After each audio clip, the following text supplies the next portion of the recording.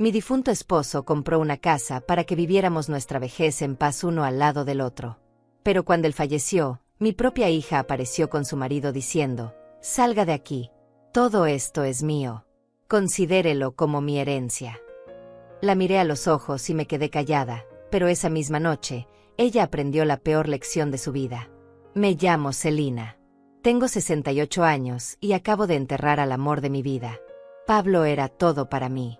Llevábamos 42 años juntos construyendo sueños, superando tormentas, amándonos incluso cuando la distancia nos separaba. Él trabajó 20 años en el extranjero para darnos una vida mejor. 20 años en los que yo crié sola a nuestra hija Gisele. 20 años en los que me partí en 1000 pedazos siendo madre y padre al mismo tiempo. Cuando Pablo finalmente regresó, compramos esta casa. Una casa preciosa con jardín, 3 habitaciones, una cocina amplia. Él me decía que era nuestro refugio para envejecer juntos, uno al lado del otro. Me prometía que aquí pasaríamos nuestros últimos días felices. Yo le creí con cada fibra de mi ser. Pero Pablo enfermó. Cáncer de páncreas. En 6 meses pasó de ser un hombre fuerte a una sombra frágil. Yo lo cuidé cada segundo. Le di sus medicinas, lo bañé, lo alimenté cuando el dolor era insoportable. Gisele vino a visitarlo 2 veces en 6 meses. Siempre con prisa, siempre con excusas. Siempre acompañada de Diego, su esposo, un hombre de sonrisa falsa y ojos calculadores. El funeral fue ayer. Volví a casa agotada, con el corazón hecho añicos. Solo quería acostarme en la cama que había compartido con Pablo y llorar en paz. Pero cuando llegué, el carro de Gisele estaba estacionado frente a la casa. Y había un camión de mudanza. Entré confundida. Gisele estaba en la sala con Diego. Tenían cajas en las manos, revisando los muebles, los cuadros, los adornos. Como si estuvieran haciendo inventario. Como si Pablo no hubiera muerto hace apenas 24 horas. Gisele, ¿qué están haciendo? Ella ni siquiera me miró. Organizando. Hay mucho que hacer. ¿Organizar qué? Diego dejó una caja en el suelo. Celina, es mejor que te sientes. Tenemos que hablar de cosas importantes. No quiero hablar ahora. Acabo de enterrar a mi esposo. Lamentablemente no podemos esperar, dijo Gisele secamente. Esta casa, los bienes de papá, todo tiene que resolverse rápido. Sentí que el piso se movía bajo mis pies. ¿Resolverse? Gisele, tu padre acaba de morir. Lo sé, mamá. Pero hemos estado revisando la situación financiera y necesitamos actuar. Papá dejó deudas. El tratamiento médico costó una fortuna. Yo me haré cargo. Esta es mi casa. Diego soltó una risa. ¿Con qué dinero vas a mantener esta casa, Celina? ¿Tienes algún ingreso? ¿Pensión? ¿Ahorros? Tengo lo que Pablo me dejó. Técnicamente, intervino Gisele, esta casa es parte de la herencia. Y yo soy la única hija. La mitad me corresponde. Tu padre compró esta casa para que yo viviera aquí. Él ya no está. Y tú no puedes mantener una casa de este tamaño sola. No tiene sentido. ¿No tiene sentido? Esta es mi casa. Diego se acercó. Tienes que ser realista. Esta casa vale dinero. Si la vendemos, dividimos las ganancias. Tú rentas algo más pequeño, algo acorde a tu situación. Mi situación es que acabo de quedarme viuda.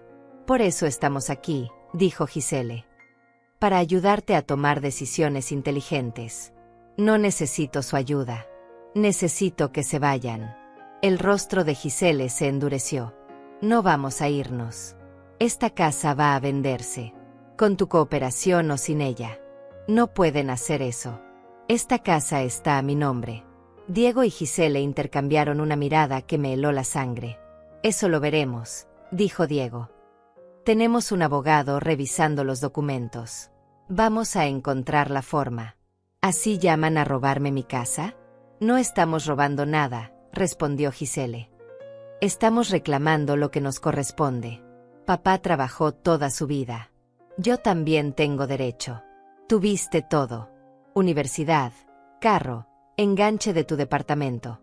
¿Qué más quieres? Quiero lo que me corresponde legalmente. Me dejé caer en el sofá. Ya no podía más. Tu padre ni siquiera está frío en su tumba. No estoy peleando, mamá. Estoy siendo práctica. Alguien tiene que serlo. Diego se sentó demasiado cerca. Te damos unos días para pensarlo. Pero la decisión ya está tomada. Esta casa se vende. Puedes hacerlo fácil o difícil. Tú decides.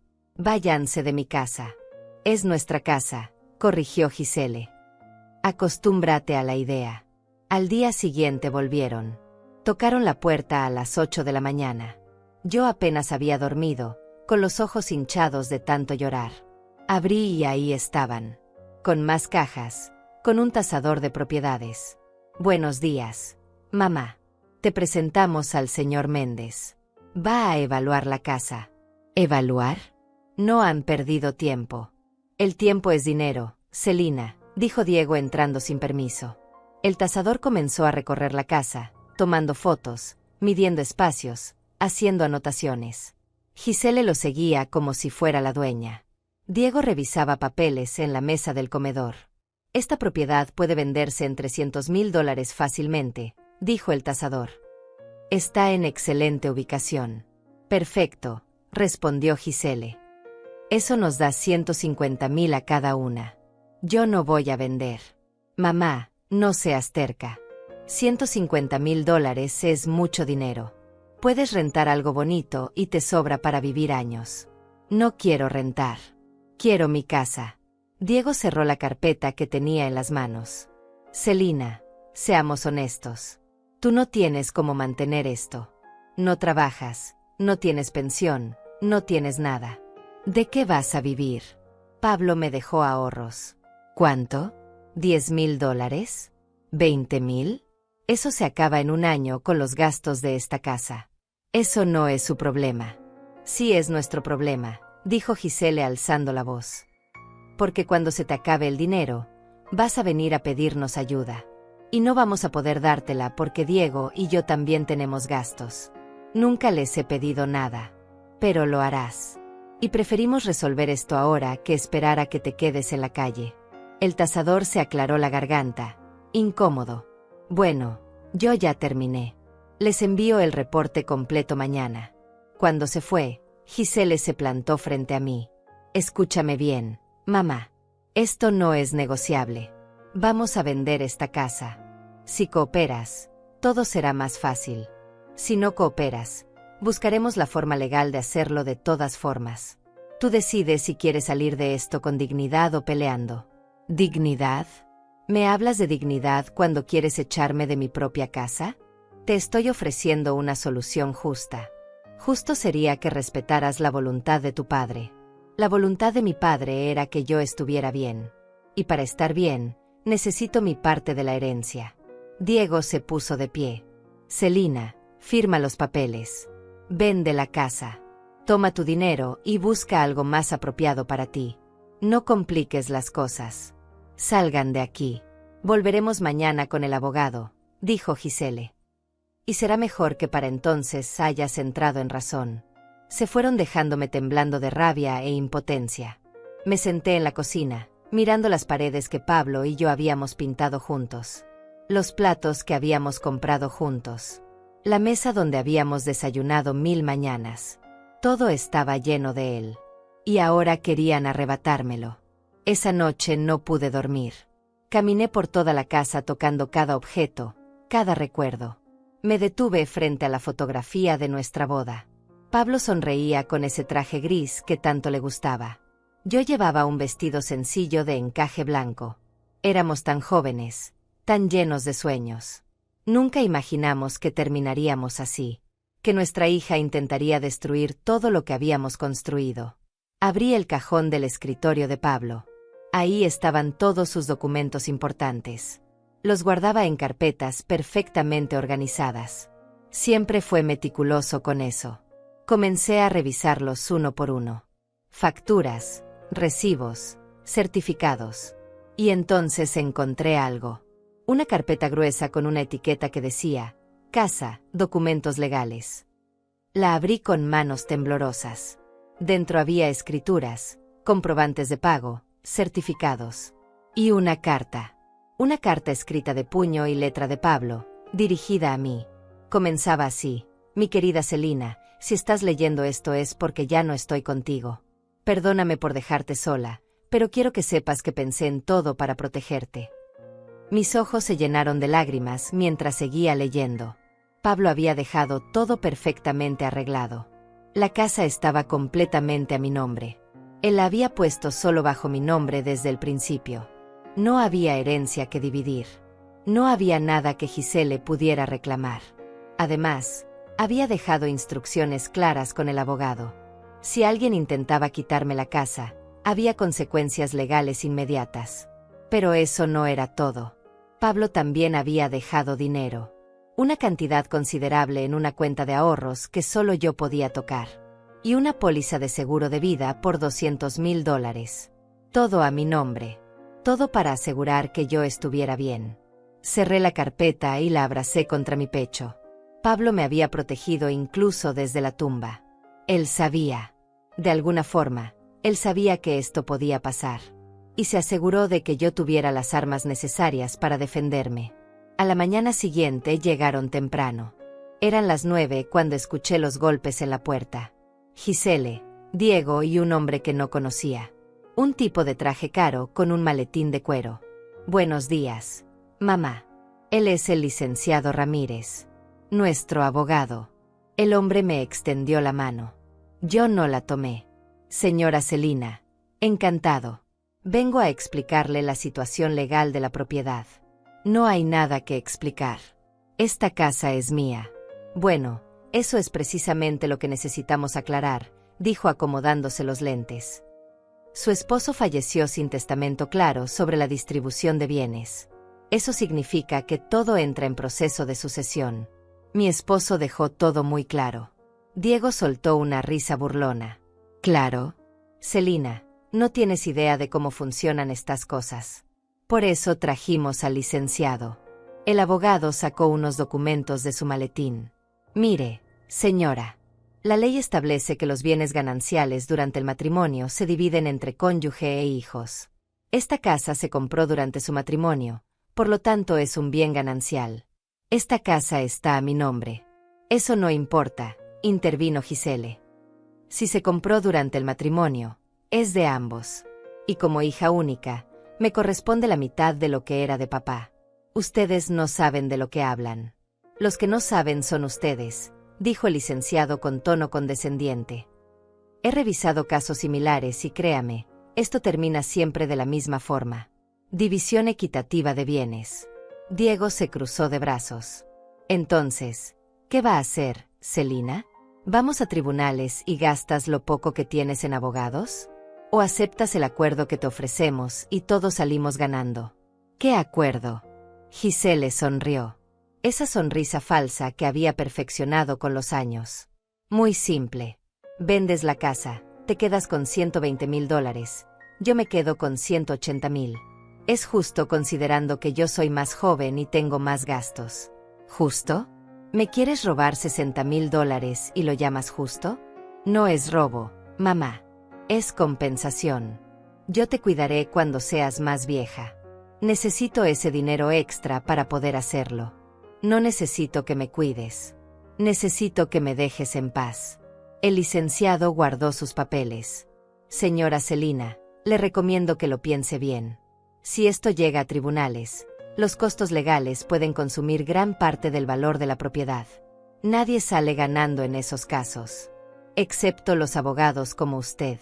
Yo solo intento ayudar a que esta familia resuelva sus problemas de forma civilizada. ¿Civilizada? Alcé la voz. ¿Llaman civilizado venir a mi casa el día después del funeral de mi esposo a exigirme que me vaya? Nadie te está exigiendo nada, dijo Gisele. Te estamos dando opciones. La única opción que quiero es que salgan de mi casa y no vuelvan. Diego dio un paso hacia mí. Su presencia era amenazante. Cuidado con lo que dices, Celina. Podemos hacer esto fácil o podemos hacer esto muy difícil para ti. Tú eliges. ¿Me estás amenazando? Te estoy advirtiendo. Si no cooperas, podemos demostrar que no estás en condiciones de mantener esta propiedad, que no tienes capacidad económica, que necesitas ayuda. Estoy perfectamente bien. Sí. Gisele me miró de arriba abajo. Porque no lo pareces. Mira cómo estás vestida. Mira tu cabello. Ni siquiera te has bañado desde ayer. ¿Así piensas convencer a un juez de que puedes vivir sola? Sentí que las mejillas me ardían. Tenía razón. Me había quedado con la misma ropa del día anterior. No me había peinado. Apenas había comido. Pero era porque estaba de luto. Porque mi esposo acababa de morir. Estoy de luto. Estás descuidada, corrigió Diego. Y eso es exactamente lo que un juez verá. Una mujer mayor, sin recursos, sin capacidad para cuidar de sí misma. Será muy fácil argumentar que necesitas ir a una residencia de ancianos. ¿Una residencia? ¿Están locos? No estamos locos, dijo Gisele. Estamos siendo realistas. Si no vendes voluntariamente, buscaremos otras formas. Podemos solicitar una evaluación psicológica. Podemos argumentar que no estás en tus facultades mentales después de la muerte de papá. Yo estoy perfectamente cuerda.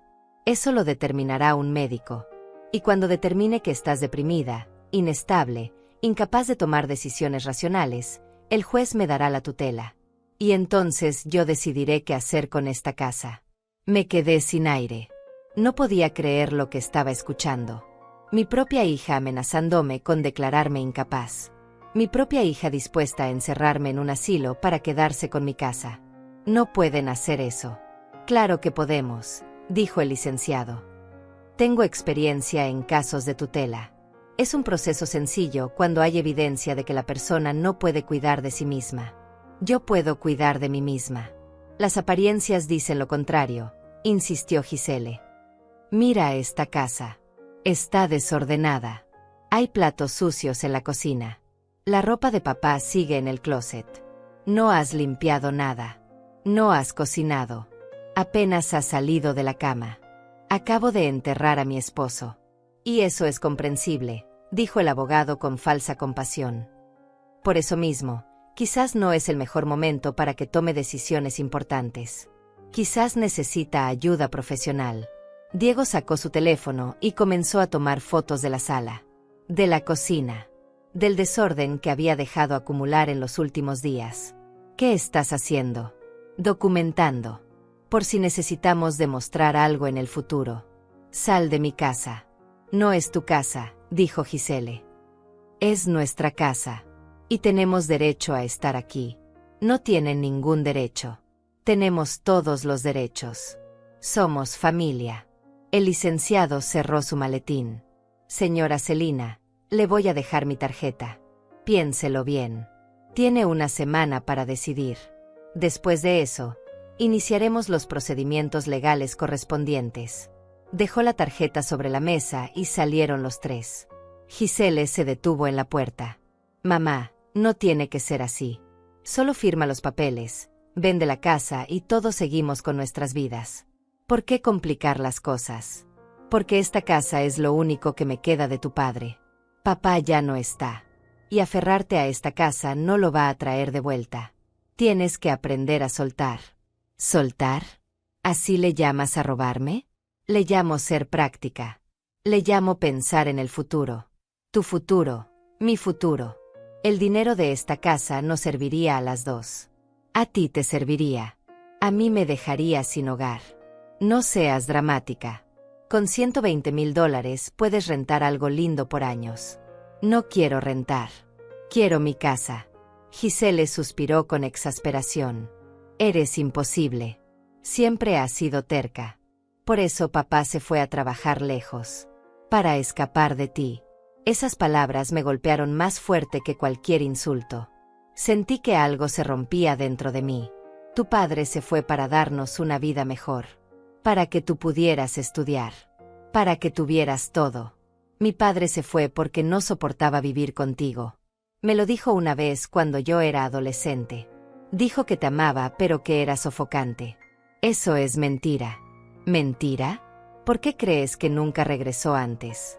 Tuvo oportunidades de volver pero siempre encontraba excusas. Solo volvió cuando ya estaba viejo y enfermo. Cuando ya no tenía más opciones. Basta. Gisele, Es la verdad. Y es hora de que la enfrentes. Papá no quería estar aquí. Y yo tampoco quiero seguir viniendo a verte. Dame mi dinero y dejemos de fingir que somos una familia feliz. Éramos una familia feliz. Éramos una mentira. Y ahora que papá no está, ya no tenemos que seguir fingiendo. Se fue dando un portazo. Diego la siguió. El abogado me miró con lástima antes de irse también. Me quedé de pie en medio de la sala, temblando. Las palabras de Giselle resonaban en mi cabeza. ¿Era verdad? ¿Pablo se había ido para escapar de mí? No, no podía ser verdad. Él me amaba. Me lo decía en cada carta que me enviaba desde el extranjero. Me lo decía cada vez que hablábamos por teléfono. Me lo dijo en su lecho de muerte. Subí a la habitación y saqué la caja donde guardaba todas las cartas de Pablo. Cientos de cartas escritas a lo largo de 20 años. Las leí una por una. Cada carta era una declaración de amor. Cada palabra era una promesa de que volvería. De que me extrañaba. De que contaba los días para estar juntos de nuevo. Giselle mentía. Mentía para herirme. Para debilitarme. Para que me rindiera y le diera lo que quería. Pero no iba a rendirme. No después de todo lo que había luchado. No después de todo lo que Pablo y yo habíamos construido. Esa tarde llamé al banco. Confirmé el estado de las cuentas que Pablo había dejado. $250,000 entre ahorros y el seguro de vida. Todo a mi nombre. Solo mío. Giselle no tenía idea de que ese dinero existía. Y no iba a saberlo. Luego llamé a un cerrajero. Cambié todas las cerraduras de la casa. Si Giselle quería entrar, tendría que tocar la puerta. Y yo decidiría si abría o no. Después me di un baño largo. Me arreglé el cabello. Me puse ropa limpia. Limpié toda la casa de arriba abajo. Guardé la ropa de Pablo en cajas. No porque quisiera olvidarlo, sino porque necesitaba espacio para pensar. Para planear. Al día siguiente llegaron de nuevo. Tocaron la puerta insistentemente. Yo los vi desde la ventana, pero no abrí. «Mamá, abre la puerta», gritaba Giselle. Diego intentó meter su llave, pero no funcionó. «¿Cambiaste las cerraduras?», gritó. «¿Estás loca?». Abrí la ventana del segundo piso. «Esta es mi casa. Y nadie entra sin mi permiso. Baja ahora mismo y abre esta puerta». «No. Voy a llamar a la policía». «Llama. Diles que estás intentando entrar por la fuerza a una propiedad que no es tuya». Giselle estaba roja de rabia. «Esto no va a quedar así. Te vas a arrepentir». «Ya me arrepiento. Me arrepiento de haberte dado todo. Me arrepiento de haberte malcriado.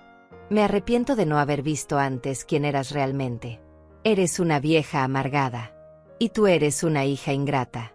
Ahora lárguense de mi propiedad antes de que yo llame a la policía». Se fueron gritando amenazas. Pero no volvieron ese día. Ni al siguiente. Pasó una semana en silencio. Durante esa semana de silencio, algo cambió dentro de mí. Ya no era la mujer destrozada que lloraba en el sofá. Ya no era la viuda indefensa que Giselle y Diego creían que podían manipular. Cada mañana me levantaba más fuerte, más decidida. Revisaba los documentos que Pablo me había dejado una y otra vez, memorizando cada detalle, cada cláusula, cada protección legal que él había puesto en su lugar. Mi esposo había sido más inteligente que todos ellos juntos, y ahora yo tenía que estar a la altura de su legado. Contraté a un abogado. No cualquier abogado, sino el mejor que pude encontrar. El licenciado Vargas tenía 30 años de experiencia en casos de herencia y propiedades. Cuando le mostré todos los documentos que Pablo había dejado, sonrió de una forma que me dio esperanza por primera vez en semanas. Me explicó que la casa estaba completamente protegida, que había sido registrada únicamente a mi nombre desde el momento de la compra, que Pablo había sido meticuloso al asegurarse de que ningún hijo, ningún familiar, ninguna persona pudiera reclamar un solo centavo de lo que era mío. Me dijo que Giselle y su abogado barato estaban mintiendo descaradamente, apostando a que yo era lo suficientemente ignorante como para creerles. Me dijo que las amenazas sobre tutela y evaluaciones psicológicas eran tácticas de intimidación sin ningún fundamento legal real. Me sentí aliviada, pero también furiosa. Furiosa porque mi propia hija había intentado aprovecharse de mi dolor y mi ignorancia. El licenciado Vargas me sugirió algo más. Me dijo que documentara todo, que grabara cada conversación, cada amenaza, cada intento de manipulación. Me enseñó a usar la grabadora de mi teléfono celular, algo que nunca había usado antes. Me dijo que personas como Giselle y Diego siempre terminaban cometiendo errores, diciendo cosas que no debían, revelando sus verdaderas intenciones. Solo tenía que ser paciente y esperar el momento correcto. No tuve que esperar mucho. Al 8º día, Giselle volvió. Esta vez llegó sola, sin Diego, sin el abogado. Tocó la puerta con suavidad, casi con timidez. Cuando abrí, tenía los ojos rojos como si hubiera estado llorando. Llevaba un ramo de flores en las manos y una expresión de arrepentimiento que habría convencido a cualquiera. Pero yo ya no era cualquiera. Me pidió perdón entre sollozos. Me dijo que había estado muy estresada, que la muerte de su padre la había afectado más de lo que quería admitir, que Diego la había presionado para actuar de esa forma porque ellos tenían problemas económicos graves. Me contó que habían invertido todo su dinero en un negocio que había fracasado, que debían $30,000 en tarjetas de crédito, que estaban a punto de perder su departamento. Me suplicó que la perdonara, que ella nunca había querido herirme, que solo estaba desesperada. Me abrazó llorando, diciéndome que yo era lo único que le quedaba ahora que papá se había ido, que no podía perderme a mí también. Yo la dejé hablar. La dejé actuar su papel de hija arrepentida. Y mientras lo hacía, mi teléfono en el bolsillo grababa cada palabra, cada mentira, cada manipulación. Porque sabía que esto no era real. Conocía a mi hija mejor de lo que ella creía. Sabía que detrás de esas lágrimas falsas había un plan, una estrategia nueva para conseguir lo que quería. Después de su actuación dramática, me preguntó si podíamos tomar un café y hablar como madre e hija, como lo hacíamos antes. Acepté. Preparé café en la cocina mientras ella se sentaba en la mesa, secándose las lágrimas con un pañuelo de papel. Me habló de su infancia, de los buenos momentos que habíamos compartido, de lo mucho que había extrañado a su padre durante todos esos años. Me dijo que ahora entendía mejor todo lo que yo había sacrificado por ella, que ahora que era adulta podía apreciar lo difícil que había sido criarte sola mientras Pablo estaba lejos. Sus palabras sonaban hermosas, emotivas, perfectamente ensayadas. Entonces cambió el tono. Me dijo que había estado pensando mucho en nuestra situación, que quizás había una solución que nos beneficiara a ambas sin necesidad de vender la casa. Me propuso que yo me quedara viviendo aquí, pero que pusiera la propiedad a nombre de ambas, como copropietarias. Así yo tendría la seguridad de vivir aquí hasta el día de mi muerte, y ella tendría la certeza de que eventualmente heredaría lo que le correspondía. Me dijo que era una solución justa, que así las dos ganábamos, que podíamos evitar abogados y peleas y gastos innecesarios. Me miró con esos ojos que había usado desde niña para conseguir lo que quería, esa mirada de niña inocente que yo siempre había encontrado imposible de rechazar. Le dije que lo pensaría, que necesitaba tiempo para considerar su propuesta. Ella insistió en que no había nada que pensar, que era la solución perfecta, que solo tenía que firmar unos papeles muy simples donde se agregaba su nombre a la escritura. Sacó los papeles de su bolso. Ya los traía preparados, ya los había mandado a hacer con un notario. Solo faltaba mi firma.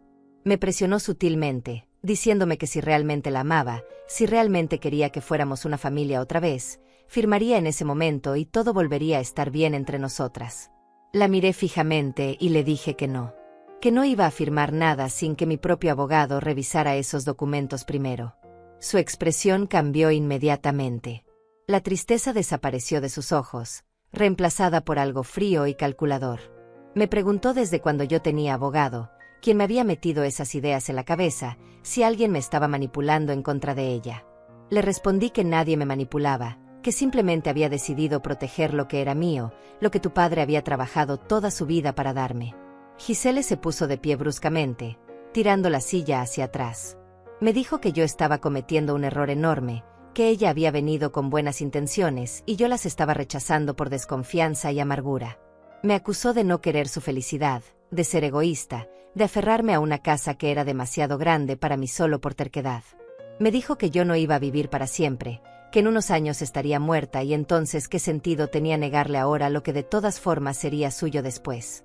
Me dijo que estaba desperdiciando tiempo valioso, que podríamos estar disfrutando de una buena relación, pero que yo prefería el conflicto. Le pedí que se fuera. que se llevara sus papeles falsos y sus lágrimas de cocodrilo, que no volviera a mi casa a menos que viniera dispuesta a tratarme con el respeto que merecía como su madre. Ella recogió sus cosas con movimientos bruscos, llenos de rabia contenida. Antes de irse, se volteó y me dijo algo que nunca olvidaré. Me dijo que yo me había quedado sola en la vida por mi propio carácter imposible, que papá había muerto probablemente aliviado de no tener que soportarme más, que ella había intentado ser buena conmigo pero que yo no merecía su bondad. Me dijo que a partir de ese momento me considerara sin hija, que no volvería a saber de ella, que cuando me estuviera muriendo sola en esta casa enorme no esperara que ella viniera a cuidarme. Cerró la puerta con tanta fuerza que los cuadros de la pared temblaron. Yo me quedé sentada en la cocina, con las manos temblando pero no de miedo. Temblaba de rabia. Rabia porque había criado a esa persona, había sacrificado años de mi vida por ella, había renunciado a tantas cosas para darle todo.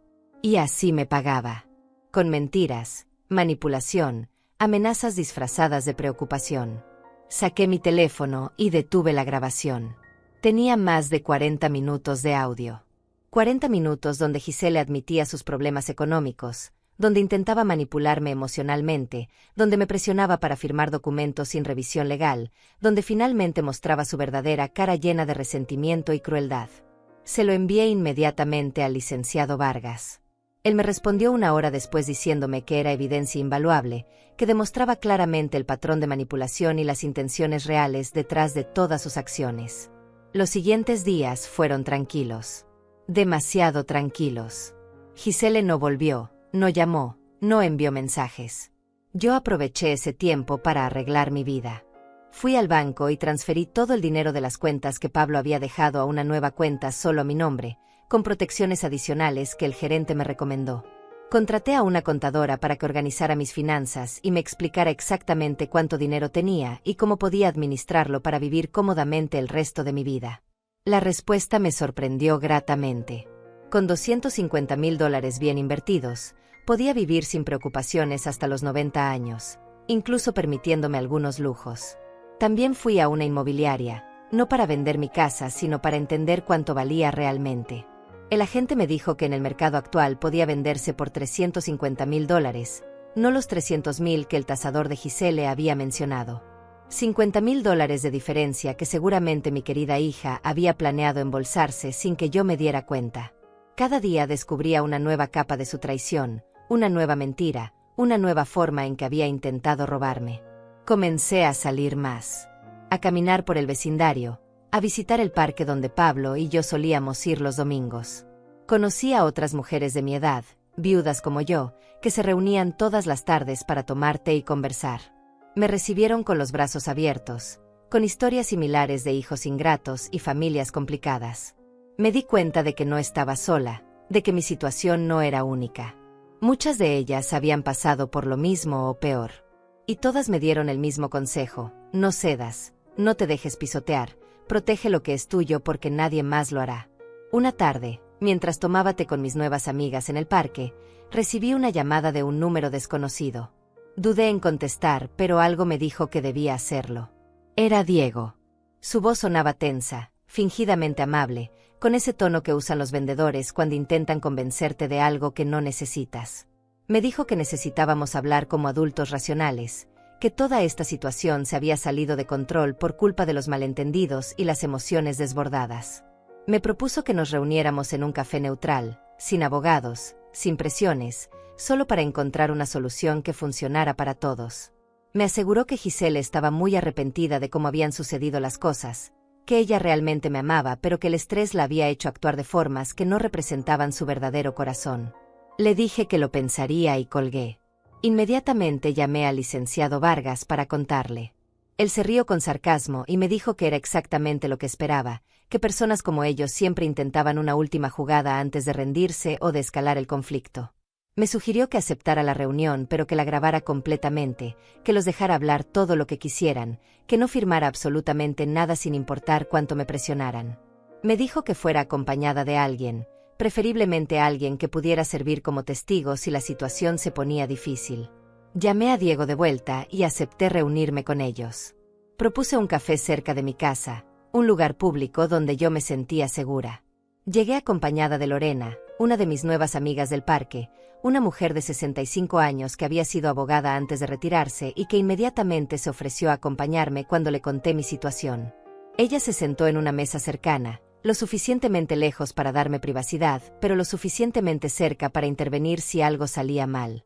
Gisele y Diego llegaron puntuales.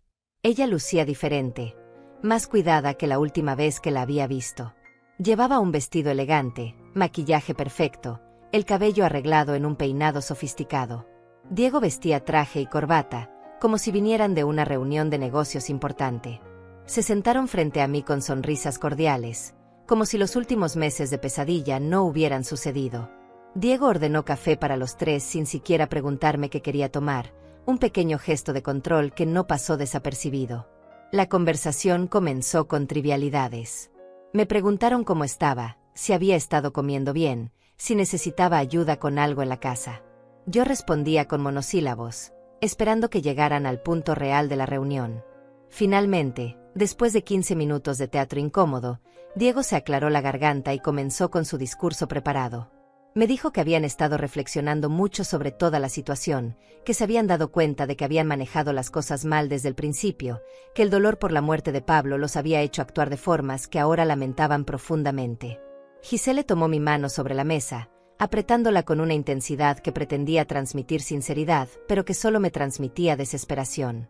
Me dijo con voz quebrada que había estado viendo a un terapeuta, que estaba trabajando en sus problemas emocionales, que finalmente entendía todo el daño que me había causado. Me pidió perdón con lágrimas en los ojos, lágrimas que esta vez parecían más reales que las anteriores, pero que yo ya no estaba dispuesta a creer. Me dijo que no quería perderme, que yo era lo único que le quedaba de familia, que la idea de estar peleadas le rompía el corazón cada noche. Diego continuó explicando que habían consultado con varios abogados y que todos les habían dicho lo mismo, que mi posición legal era sólida, que la casa era completamente mía, que ellos no tenían ningún derecho sobre ella. Me dijo que aceptaban esa realidad y que ya no iban a pelear por la propiedad. Me aseguró que habían venido en son de paz, con una propuesta completamente diferente que no involucraba vender la casa ni cambiar ningún documento de propiedad. Me pidió que los escuchara con mente abierta, que considerara su oferta antes de rechazarla automáticamente. La propuesta era simple en apariencia, pero retorcida en su esencia. Querían que yo les prestara $100,000. Me explicaron que habían encontrado una oportunidad de inversión increíble, un negocio que les daría retornos garantizados en 2 años. Me prometieron que me devolverían los 100,000 más 30,000 de intereses, una ganancia sustancial para mí. Me dijeron que era una forma de ayudarlos sin poner en riesgo mi casa, una forma de demostrar que todavía éramos familia, que todavía confiábamos los unos en los otros. Me aseguraron que tenían todo documentado, que firmaríamos contratos legales con un notario, que yo estaría completamente protegida. Les pregunté de dónde sacaban la idea de que yo tenía $100,000 para prestarles. Diego sonrió con esa sonrisa condescendiente que tanto odiaba y me dijo que ellos sabían que Pablo había sido un hombre previsor, que seguramente me había dejado ahorros además de la casa. Gisele añadió que no era necesario que les dijera cuánto dinero tenía exactamente, que solo necesitaban esa cantidad para salvar su situación financiera y comenzar de nuevo. Me rogó que los ayudara, que recordara todas las veces que ella me había necesitado cuando era niña y yo siempre había estado ahí para ella. Tomé un sorbo de mi café, que ya estaba frío, y los dejé continuar con su discurso ensayado. Diego sacó un folder con papeles, contratos ya preparados donde se estipulaban los términos del préstamo. Me mostró proyecciones financieras del supuesto negocio, gráficas coloridas que prometían ganancias exponenciales. Me habló de socios importantes, de oportunidades únicas que solo se presentan una vez en la vida. Gisele complementaba cada argumento de su esposo con súplicas emocionales, con promesas de que esta vez sería diferente, de que usarían ese dinero sabiamente, de que finalmente podrían estabilizarse y dejar de preocuparme. Les dije que necesitaba tiempo para pensarlo, que $100,000 era mucho dinero, que no podía tomar una decisión así de importante en una tarde de café. Diego insistió en que la oportunidad de inversión tenía fecha límite, que necesitaban el dinero en menos de una semana o perderían la oportunidad para siempre. Gisele me presionó diciéndome que si realmente los amaba, si realmente quería ayudarlos, no dudaría ni un segundo. Me recordó todo lo que ella había hecho por mí, aunque cuando le pedí que especificara exactamente qué había hecho, se quedó en silencio. Les pregunté qué pasaría si el negocio fracasaba, si perdían todo el dinero y no podían devolverme nada. Diego me aseguró que eso era imposible, que el negocio era prácticamente a prueba de fallos, que tenían garantías y respaldos. Pero cuando le pedí que me mostrara esos supuestos respaldos, comenzó a ponerse nervioso, a hablar más rápido, a dar explicaciones cada vez más vagas. Giselle intervino diciendo que yo estaba siendo demasiado desconfiada, que era triste que no pudiera confiar en su propia hija, que esa desconfianza era exactamente lo que estaba destruyendo nuestra relación. Les dije claramente que no les iba a prestar ningún dinero, que había trabajado muy duro junto con Pablo para ahorrar cada centavo, que ese dinero era mi seguridad para el futuro, que no iba a arriesgarlo en negocios que no entendía con personas que habían demostrado repetidamente que no eran confiables. La expresión de Giselle cambió instantáneamente.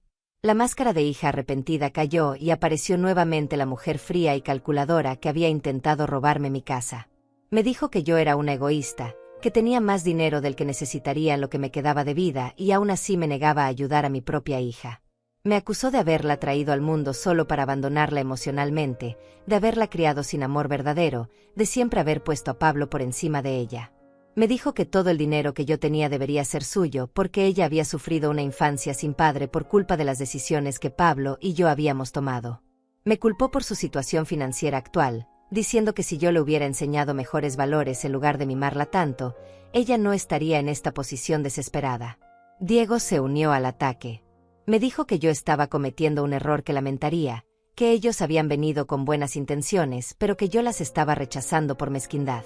Me amenazó sutilmente diciendo que personas mayores que viven solas son vulnerables, que muchas cosas malas pueden pasar, que sería una lástima que algo me sucediera y todo ese dinero que yo estaba guardando tan celosamente terminara en manos del gobierno en lugar de su propia familia.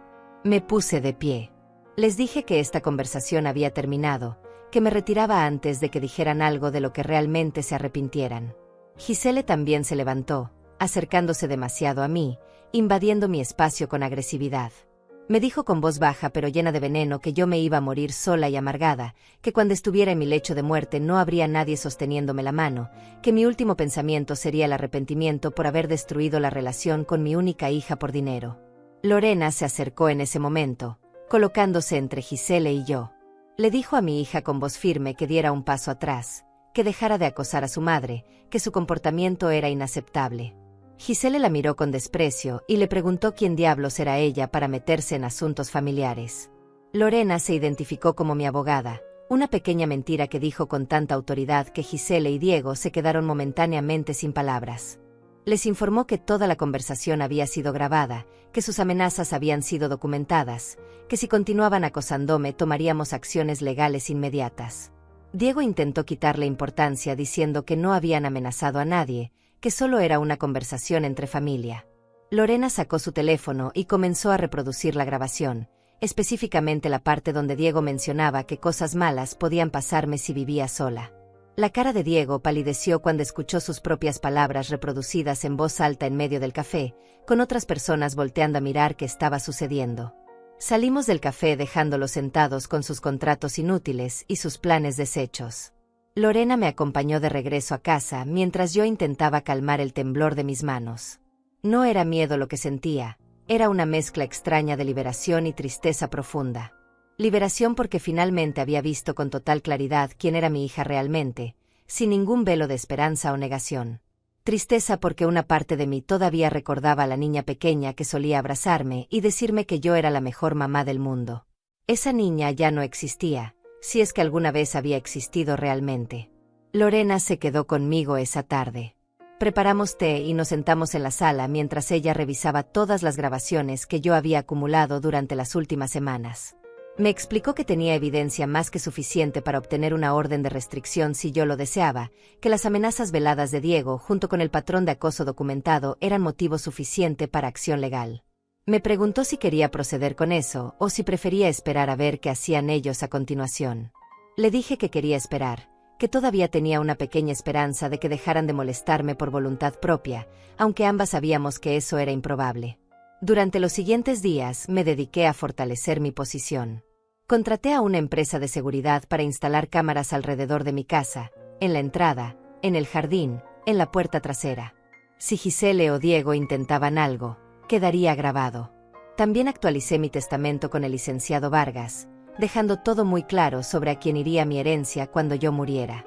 Decidí que una parte significativa iría a organizaciones de caridad que ayudaban a mujeres mayores en situaciones de abuso familiar. Giselle recibiría exactamente $1, lo mínimo legal para demostrar que no la había olvidado, sino que conscientemente había decidido desheredarla. Pasaron 2 semanas más y noticias de ellos. Comencé a creer que finalmente habían entendido el mensaje, que se habían dado por vencidos. ¡Qué ingenua fui!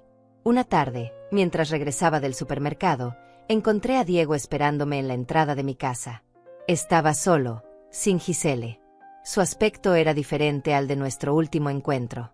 Se veía cansado, desaliñado, con ojeras profundas y barba de varios días. Me bloqueó el camino cuando intenté pasar, pero mantuvo las manos en los bolsillos en un intento de parecer no amenazante. Me dijo que necesitaba hablar conmigo urgentemente, que Giselle no sabía que él estaba aquí, que esto era solo entre nosotros dos. Le respondí que no tenía nada que hablar con él, que se apartara de mi camino o llamaría a la policía. Él levantó las manos en gesto de rendición y dio un paso atrás, pero no se fue. Me suplicó que le diera solo 5 minutos, que me debía la verdad sobre todo lo que había estado sucediendo. Algo en su voz, una desesperación genuina que no había escuchado antes, me hizo dudar. Accedí a escucharlo, pero le advertí que tenía mi teléfono en la mano lista para marcar al 911 si intentaba algo. Lo que me contó me dejó helada. Me dijo que todo había sido idea suya desde el principio, que Giselle al principio no quería hacer nada de esto, pero que la había convencido, manipulado, presionado. Me explicó que tenían deudas mucho peores de lo que me habían dicho, que no eran $30,000 sino casi 120,000 entre préstamos, tarjetas de crédito y dinero que le debían a gente peligrosa. Me contó que había hecho inversiones estúpidas sin consultarle a Giselle, que había perdido todo el dinero de ambos en esquemas que resultaron ser fraudes. Me dijo que cuando Pablo murió, él vio una oportunidad de salir del agujero financiero y comenzó a llenarle la cabeza a Giselle con ideas sobre la herencia que supuestamente le correspondía. Me confesó que el abogado que habían traído a mi casa era un amigo suyo, no un abogado real, que los documentos que me habían mostrado eran falsos, diseñados para asustarme y hacerme creer que no tenía opciones. Me dijo que sabía que yo tenía dinero de Pablo, que había revisado discretamente algunos papeles una vez que estuvo en mi casa y vio estados de cuenta. Me admitió que el supuesto negocio del que me habían hablado en el café no existía, que solo querían el dinero para pagar sus deudas más urgentes. Me rogó que lo perdonara, que él era un hombre débil que había tomado decisiones terribles por pánico.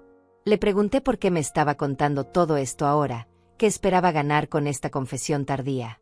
Diego bajó la mirada, incapaz de sostener mi mirada. Me dijo que los acreedores ya no estaban dispuestos a esperar más, que le habían dado un ultimátum de 2 semanas o tomarían medidas severas. Me dijo que Giselle finalmente había descubierto toda la verdad sobre sus deudas secretas y que estaba considerando dejarlo.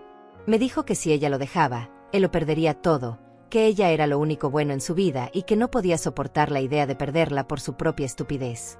Me pidió, con lágrimas reales rodando por sus mejillas, que le prestara el dinero directamente a él, sin que Giselle se enterara. Me prometió que me lo devolvería todo, que conseguiría un segundo trabajo, un tercer trabajo si era necesario, que dedicaría el resto de su vida a pagarme hasta el último centavo.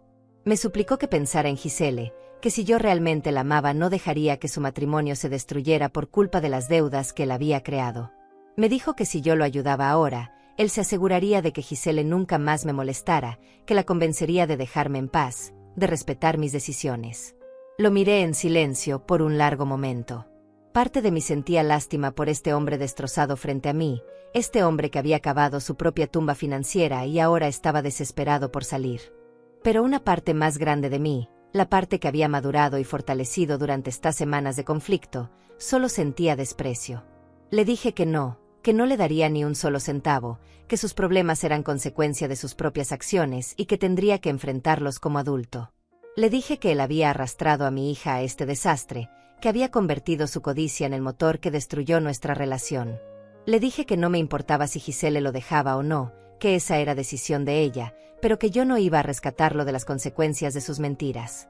Le advertí que si volvía a acercarse a mí, si intentaba contactarme de cualquier forma, entregaría todas las grabaciones que tenía la policía y lo denunciaría por acoso, amenazas y fraude.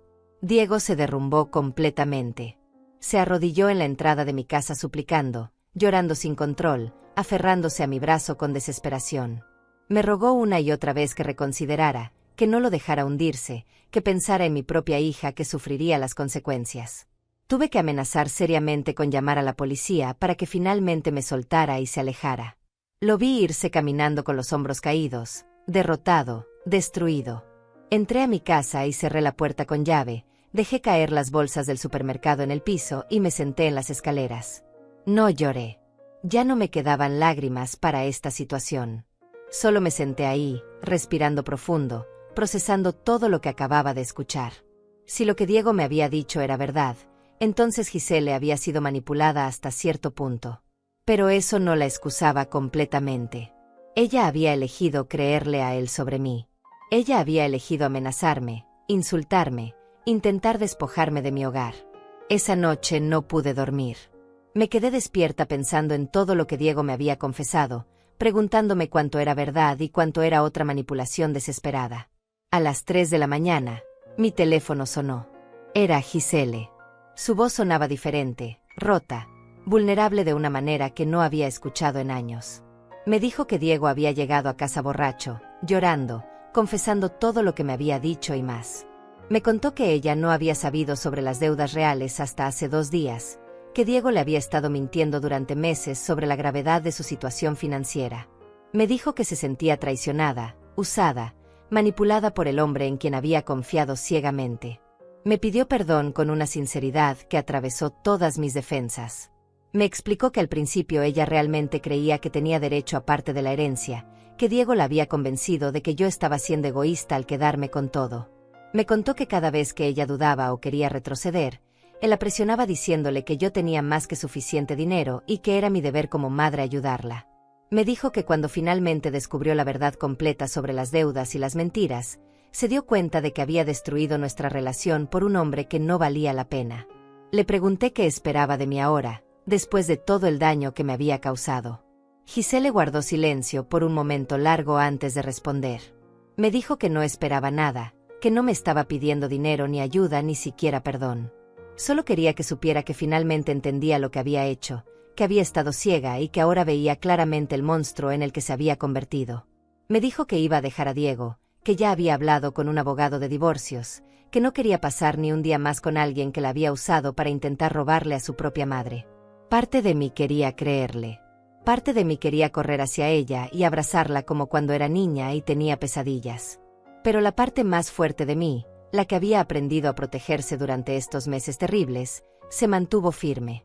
Le dije que me alegraba que hubiera abierto los ojos respecto a Diego, pero que eso no borraba todo lo que ella había dicho y hecho. Le recordé cada insulto, cada amenaza, cada momento de crueldad. Le dije que no podía simplemente culpar todo a Diego cuando ella había sido participante activa en cada paso del camino. Giselle comenzó a llorar. Me suplicó que le diera una oportunidad de demostrarse, que le permitiera reconstruir nuestra relación poco a poco. Me prometió que nunca más me pediría dinero, que nunca más cuestionaría mis decisiones, que solo quería recuperar a su madre.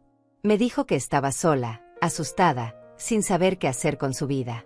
Me recordó que era mi única hija, que a pesar de todo seguíamos siendo familia, que la sangre no se podía borrar. Le dije que necesitaba tiempo, que no podía tomar decisiones sobre nuestra relación en medio de la noche después de meses de guerra, que si ella realmente quería cambiar, tendría que demostrarlo con acciones, no con palabras dichas en un momento de desesperación.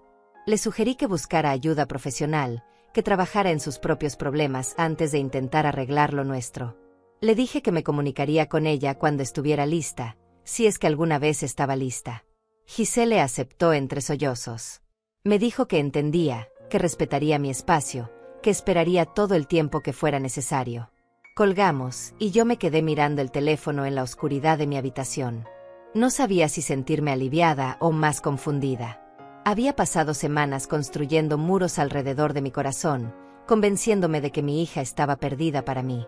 Y ahora, con una sola llamada, esos muros se habían agrietado. Los días siguientes fueron extraños. Giselle no me contactó, respetando el espacio que le había pedido. Diego tampoco apareció más. A través de Lorena, quien tenía contactos en varios círculos sociales, me enteré de que Giselle efectivamente había iniciado los trámites de divorcio.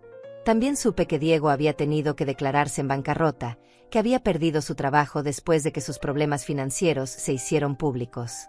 Parte de mí sentía una satisfacción oscura al saber que finalmente estaba enfrentando las consecuencias de sus acciones. Pasó un mes. Luego 2. Yo seguí con mi vida, disfrutando de mi casa, de mi independencia, de mis nuevas amistades.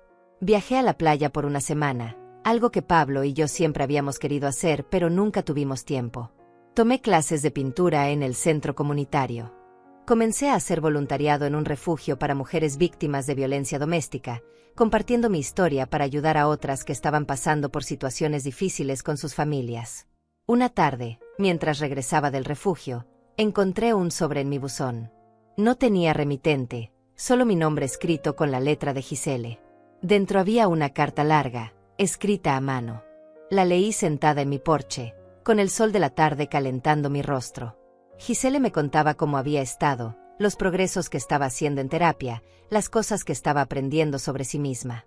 Me hablaba de su trabajo, de cómo estaba reconstruyendo su vida paso a paso. No me pedía nada. No me suplicaba perdón. Solo compartía su proceso conmigo, dejándome decidir si quería ser parte de él o no. Al final de la carta, había una nota breve que decía: papá me habría dicho que lo arreglara.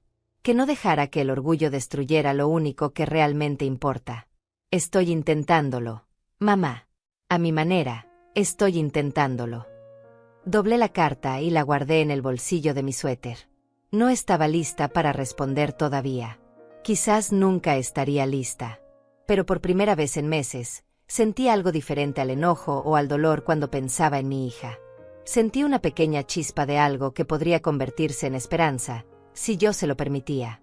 Pasaron 3 meses más antes de que decidiera responder a la carta de Gisele. Durante ese tiempo recibí 2 cartas más, cada una con el mismo tono reflexivo y humilde, sin exigencias ni manipulaciones. Simplemente me contaba su vida, sus avances en terapia, las lecciones que estaba aprendiendo sobre responsabilidad y consecuencias.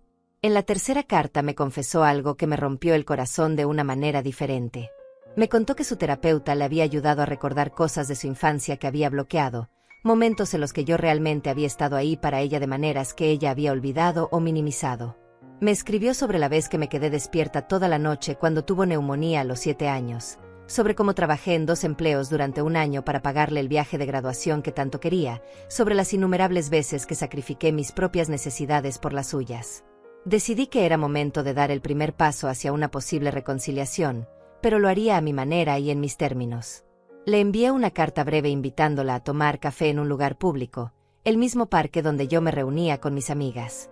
Le dejé claro que esto no significaba que todo estaba perdonado, que apenas era el comienzo de una conversación larga y difícil. Le dije que si realmente quería reconstruir nuestra relación, tendría que tener paciencia y aceptar que las cosas nunca volverían a ser como antes. El día del encuentro llegué media hora antes. Necesitaba sentarme, respirar, prepararme mentalmente para ver a mi hija después de tanto tiempo.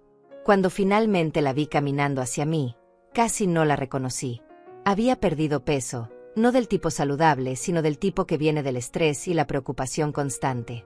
Su ropa era más sencilla, sin las marcas caras que solía usar. Su rostro lucía cansado, pero había algo diferente en sus ojos, una claridad que no había visto antes.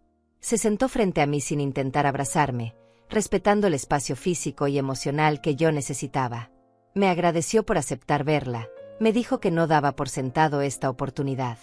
Durante la primera hora simplemente hablamos de cosas superficiales, tanteando el terreno, acostumbrándonos nuevamente a la presencia de la otra. Me contó que había conseguido un trabajo modesto en una librería, que estaba viviendo en un departamento pequeño que apenas podía pagar, que había vendido casi todas sus posesiones de lujo para cubrir algunas de las deudas que Diego había dejado a su nombre. Eventualmente la conversación se volvió más profunda. Le pregunté directamente qué había cambiado realmente, por qué debería creer que esta vez era diferente. Gisele no intentó darme respuestas fáciles o promesas vacías. Me dijo con honestidad brutal que no podía garantizarme que nunca volvería a decepcionarme, que era un ser humano imperfecto trabajando en sus problemas. Me explicó que la terapia le había mostrado patrones de comportamiento que venían arrastrando desde la adolescencia, una tendencia a culpar a otros por sus fracasos, una incapacidad para aceptar responsabilidad por sus acciones. Me confesó que había sido mimada, que yo y Pablo le habíamos dado demasiado sin enseñarle el valor real de las cosas. Le dije que tenía razón en parte, que Pablo y yo habíamos cometido errores como padres, especialmente yo durante esos 20 años que lo crié sola. Le conté cómo había intentado compensar la ausencia de su padre dándole todo lo material que pedía, creyendo que eso llenaría el vacío. Le expliqué que mi mayor error no fue darle demasiado, sino no enseñarle a valorarlo, no mostrarle que detrás de cada regalo había sacrificio, trabajo, amor. Le dije que había fallado en prepararla para las dificultades reales de la vida, porque yo misma estaba tan ocupada sobreviviendo que no tuve tiempo de enseñarle a hacerlo. Gisele lloró entonces, no las lágrimas manipuladoras que había usado antes, sino lágrimas genuinas de dolor y arrepentimiento. Me dijo que finalmente entendía cuánto había sacrificado yo, cuánto me había costado cada cosa que ella había recibido con indiferencia. Me contó que su terapeuta le había pedido que hiciera una lista de todos los sacrificios que yo había hecho por ella a lo largo de su vida, y que cuando terminó la lista tenía 11 páginas escritas a mano. Me dijo que leer esa lista fue como despertar de un sueño egoísta de 35 años. Le pregunté sobre Diego, sobre cómo había terminado finalmente esa relación. Gisele tomó aire profundo antes de contarme. Me explicó que el proceso de divorcio había sido brutal, que Diego había intentado culparla de todo, que había esparcido mentiras sobre ella entre sus amigos comunes. Me dijo que había perdido casi todas sus amistades porque la gente había creído la versión de Diego antes que la suya. Me confesó que hubo momentos en los que consideró regresar con él simplemente porque estar sola era demasiado difícil, pero que su terapeuta la había ayudado a mantenerse firme. Le conté entonces sobre la confesión que Diego me había hecho meses atrás, sobre cómo había venido a rogarme dinero. Gisele se cubrió el rostro con las manos avergonzada. Me dijo que Diego le había contado una versión completamente diferente de ese encuentro, que le había dicho que yo lo había insultado y amenazado sin razón. Me agradeció por contarle la verdad, por no protegerla de la realidad de con quien había estado casada. Me dijo que eso era exactamente lo que necesitaba, honestidad cruda en lugar de mentiras piadosas. Hablamos durante 3 horas ese día. Al final, antes de despedirnos, Gisele me preguntó si algún día podría perdonarla completamente. Le respondí con honestidad que no lo sabía, que el perdón no era algo que pudiera forzar o apurar. Le dije que lo que ella me había hecho había dejado cicatrices profundas, que había momentos en los que todavía sentía el dolor de sus palabras como si acabara de escucharlas. Le expliqué que el perdón era un proceso, no un evento único, y que requeriría tiempo, paciencia y acciones consistentes de su parte. Gisele aceptó eso sin protestar. Me preguntó si podíamos vernos nuevamente, si podíamos intentar construir algo nuevo aunque fuera diferente de lo que teníamos antes. Le dije que sí, que podíamos intentarlo, pero establecí límites claros. Nos veríamos una vez al mes para empezar, siempre en lugares públicos, siempre con la comprensión de que cualquier mención de dinero o favores financieros terminaría inmediatamente nuestra relación. Gisele estuvo de acuerdo con todos mis términos sin discusión. Durante los meses siguientes mantuvimos ese ritmo. Una vez al mes nos reuníamos en el parque o en un café. Las conversaciones se volvieron gradualmente más fáciles, más naturales. Gisele nunca faltó a una cita, nunca llegó tarde, nunca intentó manipular las conversaciones hacia territorio incómodo. Me contaba sobre su progreso en terapia, sobre los libros que estaba leyendo en la librería donde trabajaba, sobre cómo estaba aprendiendo a vivir con menos y descubriendo que era más feliz así. Yo le contaba sobre mis clases de pintura, sobre mi trabajo voluntario en el refugio, sobre mis nuevas amistades. Le mostré fotos del viaje a la playa que había hecho, de las pinturas que había creado, de la vida plena que estaba construyendo sin ella. Creo que verme feliz e independiente fue importante para Gisele. Le demostró que yo no la necesitaba para estar completa, que había aprendido a florecer sola. Y extrañamente, eso pareció hacerla respetar más nuestra relación. Un día, casi 6 meses después de nuestro primer café, Gisele me sorprendió con algo inesperado. Me entregó un sobre y me pidió que lo abriera. Dentro había un cheque por $5,000. Me quedé mirándolo confundida, sin entender qué significaba. Gisele me explicó que había estado ahorrando cada centavo que podía de su salario modesto, que había trabajado turnos extra en la librería, que había tomado trabajos adicionales de transcripción en las noches. Me dijo que ese dinero era para empezar a pagarme de vuelta, no por el dinero que yo nunca le presté, sino por todos los años que yo invertí en ella sin esperar nada a cambio. Le dije que no podía aceptarlo, que ella necesitaba ese dinero más que yo. Giselle insistió con una determinación que me recordó a la niña terca que alguna vez fue, pero esta vez usada para algo positivo. Me explicó que aceptar ese dinero era importante para ella, que era parte de su proceso de sanación, una forma de demostrar con acciones y no solo palabras que había cambiado. Me rogó que lo tomara, que le permitiera sentir que estaba haciendo algo real para reparar el daño. Tomé el cheque con manos temblorosas. Le dije que lo aceptaría pero con una condición, que lo depositaría en una cuenta de ahorro separada y que cuando ella realmente necesitara ayuda en el futuro, para algo importante y legítimo, ese dinero estaría ahí para ella. Giselle protestó diciendo que ese no era el punto, pero finalmente aceptó mi término. Nos abrazamos por primera vez en casi un año, y en ese abrazo sentí algo que había creído perdido para siempre, sentí a mi hija. Las cosas mejoraron gradualmente durante el año siguiente. Nuestras reuniones mensuales se volvieron quincenales, luego semanales. Giselle seguía trabajando duro, manteniéndose alejada de cualquier situación que pudiera llevarla de vuelta a sus viejos patrones. Me contó que había rechazado ofertas de hombres que querían salir con ella porque su terapeuta le había recomendado enfocarse en sanar completamente antes de involucrarse en una nueva relación.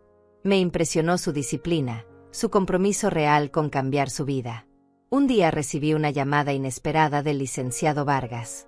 Me informó que Diego había intentado demandarme, alegando que yo había interferido en su matrimonio y causado su divorcio con intenciones maliciosas.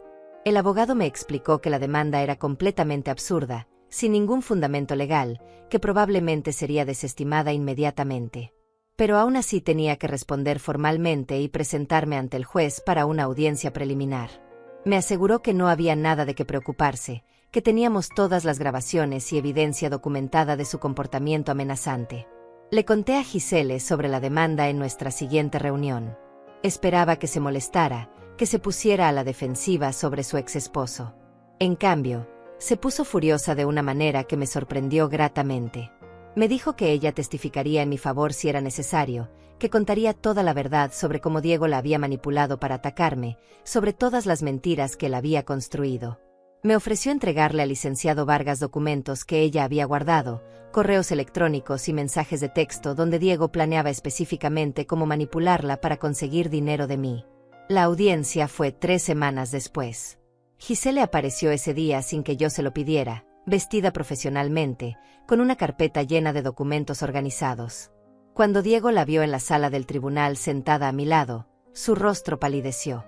Su propio abogado, un tipo barato que claramente había tomado el caso sin investigar apropiadamente, parecía cada vez más incómodo a medida que se desarrollaba la audiencia. El licenciado Vargas presentó todas nuestras evidencias de manera meticulosa y devastadora. Las grabaciones de las amenazas, los intentos de extorsión, las mentiras sobre documentos falsos. Cuando le tocó el turno a Giselle de testificar, ella no dudó ni un segundo. Contó con voz firme y clara cómo Diego la había manipulado, cómo le había mentido sobre el estado real de sus finanzas, cómo la había presionado constantemente para atacarme. Describió conversaciones específicas donde él planeaba tácticas de intimidación, donde diseñaba escenarios para hacerme sentir vulnerable y asustada. Diego intentó interrumpirla varias veces, gritando que ella estaba mintiendo, que se había puesto de mi lado por dinero. El juez lo calló secamente y le advirtió que otro estallido resultaría en cargos de desacato. Cuando finalmente Diego tuvo oportunidad de hablar en su propia defensa, se contradijo múltiples veces, cambió su historia, intentó culpar a todos excepto a sí mismo. Fue doloroso de presenciar, ver a un hombre destruirse completamente frente a una sala llena de gente. El juez no tardó ni 5 minutos en desestimar la demanda completamente. Pero fue más allá. Le advirtió a Diego que presentar demandas frívolas con intención maliciosa era un asunto serio, que podía enfrentar sanciones si continuaba acosándome legalmente. Le ordenó mantenerse alejado de mí y de Giselle, prohibiéndole contactarnos de cualquier forma. Diego salió de la sala arrastrando los pies, derrotado completamente, su último intento de obtener algo de nuestra familia aplastado públicamente. Después de la audiencia, Giselle y yo fuimos a almorzar. Por primera vez en más de un año, la invité a mi casa. Fue un momento significativo para ambas. Ella no había estado en esa casa desde el día que me había gritado que me considerara sin hija. Cuando entramos, se quedó parada en la sala mirando alrededor con lágrimas en los ojos. Me dijo que recordaba cada esquina, cada mueble, todos los domingos que había pasado aquí con su padre antes de que él enfermara. Me confesó que durante los meses más oscuros de su conflicto conmigo, había soñado repetidamente con esta casa, con los recuerdos felices que había intentado destruir por codicia. Le mostré las fotografías que había enmarcado recientemente, imágenes de su infancia que había encontrado mientras organizaba las cosas de Pablo. Fotos de ella a los 5 años jugando en el jardín, a los 10 en su primera comunión con ese vestido blanco que tanto le había gustado, a los 15 en su graduación de secundaria con Pablo y yo a sus lados sonriendo orgullosos. Giselle tocó cada marco con reverencia, como si estuviera reconectando con una versión de sí misma que había olvidado existía. Me preguntó si alguna vez podría volver a ser parte de esta casa, no como dueña sino simplemente como hija visitando a su madre. Le dije que sí, que podía venir cuando quisiera siempre y cuando respetara que esta era mi espacio, mi santuario. Le expliqué que había trabajado duro para convertir esta casa en un lugar de paz después de todo el conflicto, que no toleraría drama ni negatividad dentro de estas paredes. Giselle aceptó mis términos sin discusión, agradecida simplemente por la oportunidad. Durante los meses siguientes, Giselle comenzó a visitarme regularmente. Al principio solo para tomar café los domingos por la tarde, luego para ayudarme con el jardín que yo había descuidado, eventualmente para cocinar juntas las recetas que Pablo solía amar. Fue extraño y hermoso al mismo tiempo, construir una nueva relación sobre los escombros de la anterior. No era la relación madre-hija tradicional que habíamos tenido antes, era algo diferente, más honesto, más equilibrado. Una tarde, mientras preparábamos la salsa de tomate que Pablo siempre pedía, Giselle me hizo una pregunta que había estado evitando. Me preguntó si yo había cambiado mi testamento, si ella seguía desheredada. Le respondí con honestidad que sí, que mi testamento actual dejaba la mayoría de mi patrimonio a organizaciones de caridad, con una porción pequeña reservada para ella. Le expliqué que no era un castigo sino una protección, una forma de asegurarme de que si algo me pasaba, ella no se vería abrumada por dinero que podría llevarla de vuelta a viejos patrones. Giselle no se molestó como yo medio esperaba. En cambio, me dijo que le parecía justo, que entendía mi razonamiento.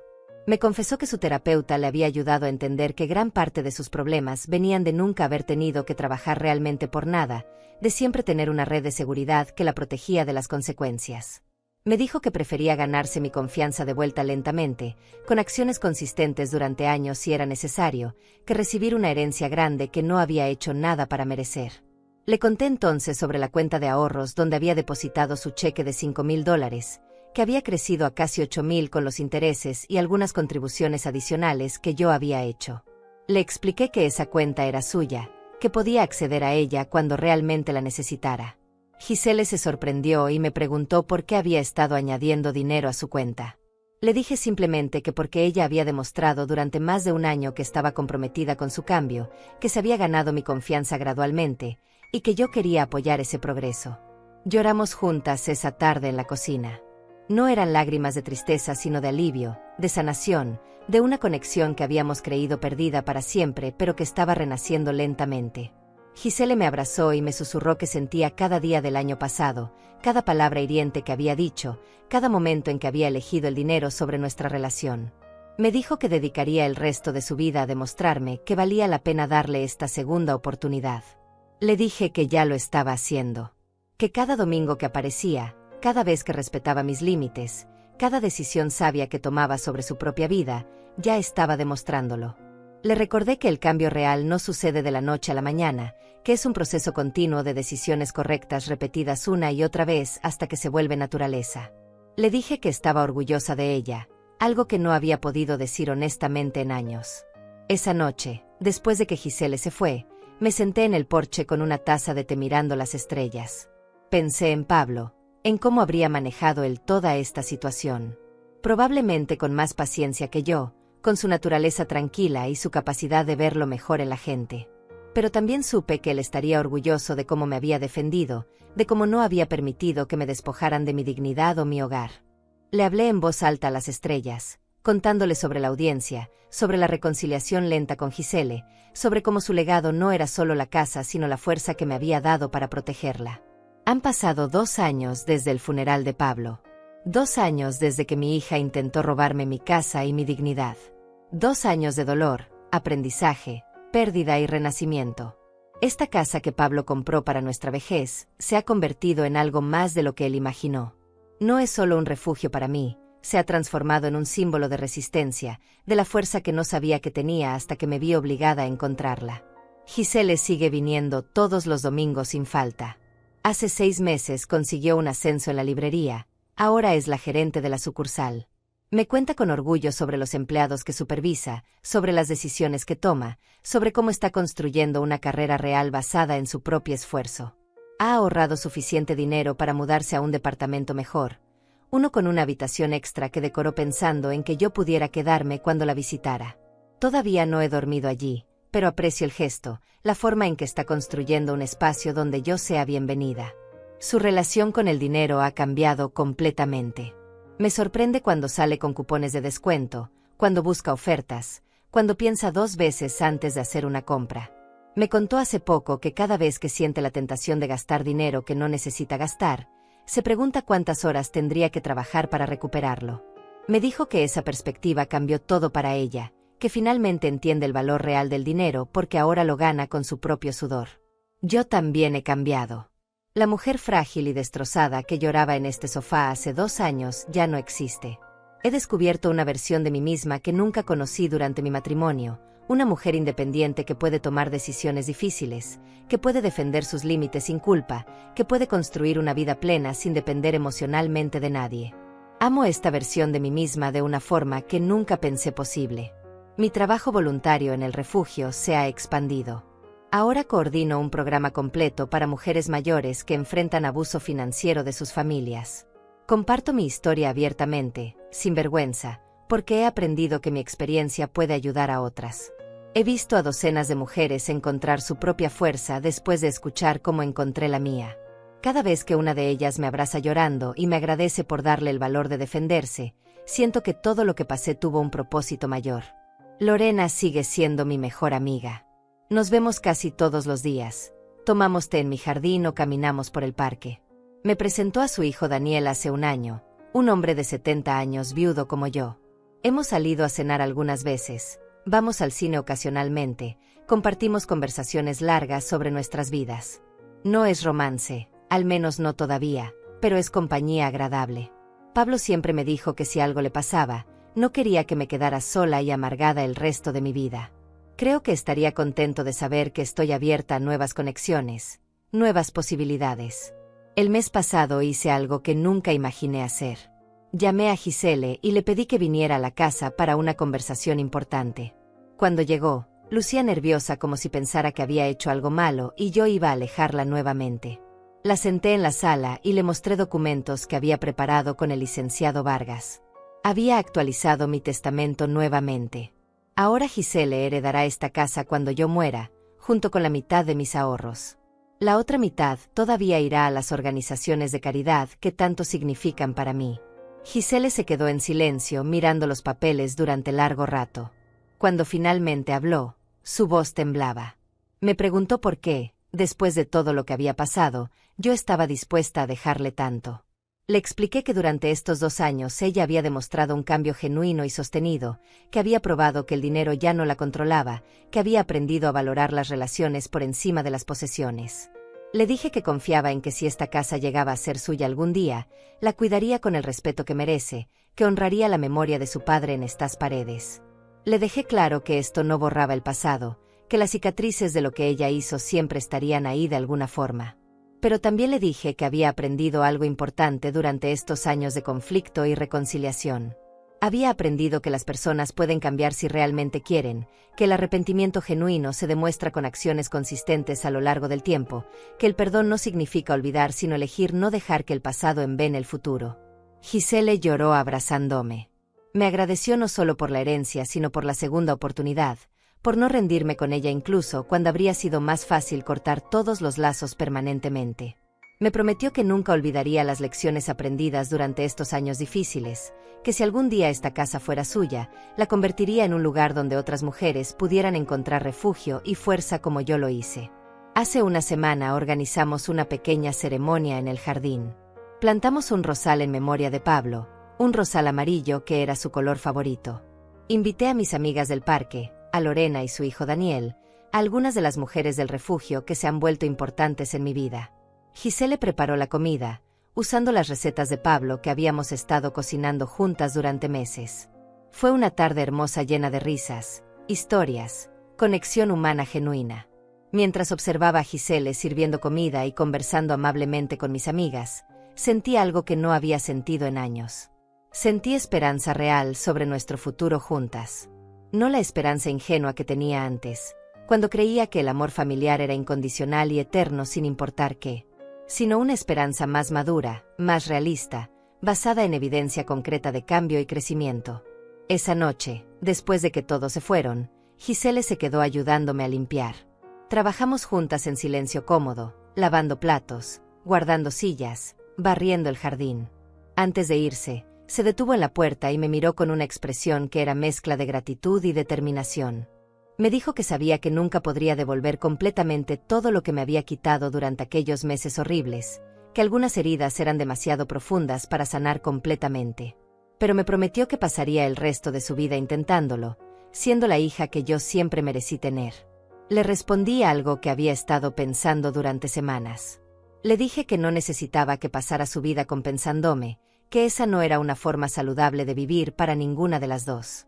Lo que necesitaba era que fuera la mejor versión de sí misma, que tomara las lecciones aprendidas y las usara para construir una vida de la que pudiera estar genuinamente orgullosa. Le dije que ese sería el mejor regalo que podría darme, verla florecer en la persona que estaba destinada a ser. Ahora, mientras escribo esto sentada en mi porche en una tarde tranquila, miro esta casa que casi pierdo, este hogar que Pablo construyó para nosotros con tanto amor y sacrificio. Las paredes han sido testigos de tanto dolor y tanta sanación. El jardín donde ahora crece el rosal amarillo ha visto lágrimas de traición y lágrimas de reconciliación. Esta casa es más que madera y cemento, es un testimonio vivo de resistencia, de la capacidad humana para sobrevivir a la traición y encontrar el camino de vuelta al amor. No me arrepiento de nada. No me arrepiento de haber defendido lo que era mío con toda la ferocidad que encontré dentro de mí. No me arrepiento de haber puesto límites firmes incluso cuando significó alejar a mi propia hija. No me arrepiento de haber tomado el tiempo necesario para sanar antes de abrir mi corazón nuevamente. Y definitivamente no me arrepiento de haber dado una segunda oportunidad cuando esa oportunidad fue genuinamente ganada. La lección más importante que aprendí es esta: la bondad y el amor no deben practicarse a costa de la autodestrucción. Amar a alguien no significa permitir que te destruyan. Ser madre no significa sacrificar tu dignidad en el altar del afecto familiar. Las relaciones saludables requieren respeto mutuo, límites claros, y la voluntad de ambas partes de trabajar por mantenerlas. Pablo me dejó esta casa como refugio, pero me dejó algo más valioso todavía. Me dejó la lección final que necesitaba aprender. Me enseñó con su ausencia que yo era más fuerte de lo que creía, más capaz de lo que imaginaba, más completa de lo que pensaba posible.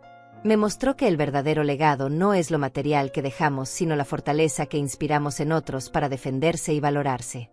Esta casa permanecerá en pie como símbolo de esa lección. Y cuando finalmente llegue mi momento de partir, cuando esta casa pase a manos de Gisele, confío en que ella la cuidará no solo como propiedad, sino como el monumento que es. Un monumento al amor que sobrevive a la traición. Un monumento a la familia que puede reconstruirse sobre cimientos más honestos. Un monumento a las mujeres que se niegan a ser víctimas de las circunstancias o de las personas que las traicionan. Miro hacia el futuro ahora sin miedo. He construido una vida que me llena, rodeada de personas que me valoran por quien soy, no por lo que puedo darles. He encontrado propósito en ayudar a otras mujeres a encontrar su propia fuerza. Y he recuperado una relación con mi hija que, aunque diferente de lo que fue, es más auténtica y más fuerte precisamente porque sobrevivió a su propia destrucción. El sol se está poniendo sobre mi jardín. El rosal amarillo se balancea suavemente con la brisa. En algún lugar entre estas paredes, siento la presencia de Pablo sonriendo, orgulloso de la mujer en la que me convertí después de que él se fue. Le susurro al viento: lo logramos, mi amor. Protegí nuestro hogar. Protegí nuestra dignidad. Y encontré el camino de vuelta a nuestra hija. Descansa en paz sabiendo que tu legado está seguro.